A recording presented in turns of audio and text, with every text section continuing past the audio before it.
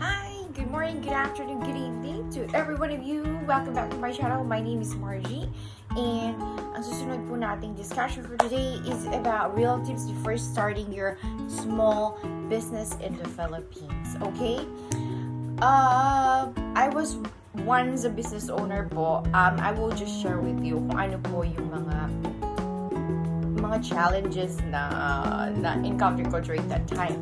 But anyway, for those who are thinking of starting your own sari-sari store, karinderya, or maybe a small laundry shop, for example, in the Philippines, bago ka bumili ng tarpaulin at magpa-place ng tindahan, let's talk about 5 things that you need to know para hindi ka mawala ng puhunan at pasensya. Are you ready? Let's go! Tip number 1, research like Tita on Facebook Market. Bakit daw? Before you invest your life saving in your dream lugawan, for example, study your market.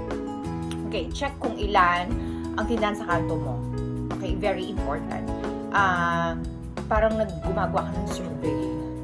And then kasi kung may tatlo lang sari-sari store sa Eskinita, tapos kada kanto meron, diba? Then good lang kung may bibili pa ng 5 pisong kami sa'yo, diba? So, ang tip is go around your barangay, observe kung ano ang kulang, as yung kapitbahay, what they usually buy or need, stock sa Facebook Marketplace or community group to see what's trending. And because, remember, walang forever, pero meron na forever na kalaban sa negosyo at sa presyo, diba?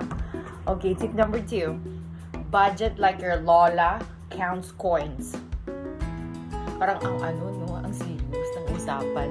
Okay, set a budget and double it. Bakit?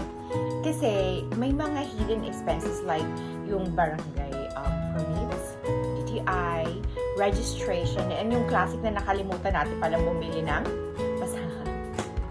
Make a simple spreadsheet kasi para matrack mo yung capital tsaka yung operating costs.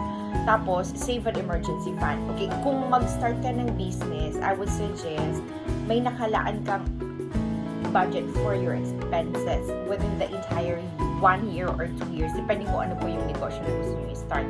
No? Kasi kapag bumaha or binaha ang tindahan mo, for example, hindi mo pwedeng utangan sa kapitbahay yung ipang-aayos mo ulit ng diba, ng shop mo. So, make sure na meron kang emergency fund, okay? Tip number 3, location is everything, even po sa probinsya. Bakit? Kung walang tao sa kanto mo, or wala namang bibili, diba? Kapag wala kang customer. Simple math, diba? And choose a location near your school, yung barangay halls, tapos may yung mga jeepney stops, tricycle stops, mga ganyan.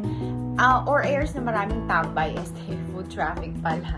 Kasi, depende kung ano yung gusto mo i-open na business. So, kailangan maraming tao, kumbaga, Then, check the accessibility, kung may parking ba yan, or at least kung may parking na tricycle na malapit, mga tipong ganon. And of course, safety, hindi ka pwedeng yung lokasyon mo is kapag umuulan, magiging automatic swimming pool pala yung unahan ng tindahan mo. Natalis may tinda kang salbabida. Pwede rin to cover the issue, no, diba? Kasi kahit gaano kasarap yung ulam mo, for example, kung baha hanggang bewang, wala rin bibili, diba? Kasi nga, kailangan yung safety ng location ng tindahan mo is very important. Tip number 4 is yung customer service is a superpower. Totoo po yan. Kasi sa Pinas, one smile can mean repeat customers. Then you have to be very approachable kasi learn the art of kwentuhan marketing, okay? Greet your customers kahit po yung bumili lang siya ng isang sachet ng shampoo, okay? Kasi tapos i-remember mo yung name ng bawat customer mo. Kasi parang iba yung feel kapag para kang kapamilya yung dating dun sa customer. They will feel it, And then, of course, they will keep on coming back para bumili ulit siya sa'yo. Kasi they feel like, mas mabait yung tindero dun sa kabila. Automatic, di ba? May repeat customer ka na, ayaw pa, di ba?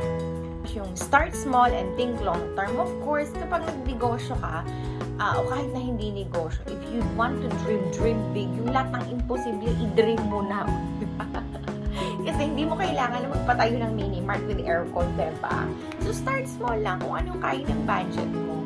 And over time, tapos, syempre, tapos water mo pa kung paano mo papalaguin slowly yung negosyo mo. Then, reinvest your profit, of course. Huwag mo munang gastusin lahat sa milk tea or sa mga bagay na hindi naman kailangan. So, look for side hustles, of course. Pwede ka magbenta ng load, tubig, or kahit ukay-ukay sa tabi, or kahit, let's say, for example, turon, mga add-on extra income kung baga na hindi naman kailangang milyon ang puhunan, di ba? Then, think about how you can expand after 6 months or 1 year. Business is marathon, hindi siya one-day sales sa Divisoria, okay? So, ayan, kailangan meron kang strategy din na gagawin. Tapos, over time, i-check mo yung paano yung flow ng negosyo. So, from there, matututo ka slowly. That's for sure. So, ayan mga kanegosyo. Research like a stalker, budget like Lola, choose your location wisely, and treat your customers like your BFFs. Kasi, tutulong sa'yo para makontinue at lumago ang negosyo mo in a long run, okay? So, of course, starting a small business in the Philippines is challenging, pero kung may sipag, tiyaga, at konting humor ka sa stress, kikita ka rin. Kaya, yan. I hope, alright, so yan po ang ating wonderful tips for starting up a small business, and I hope you like this video.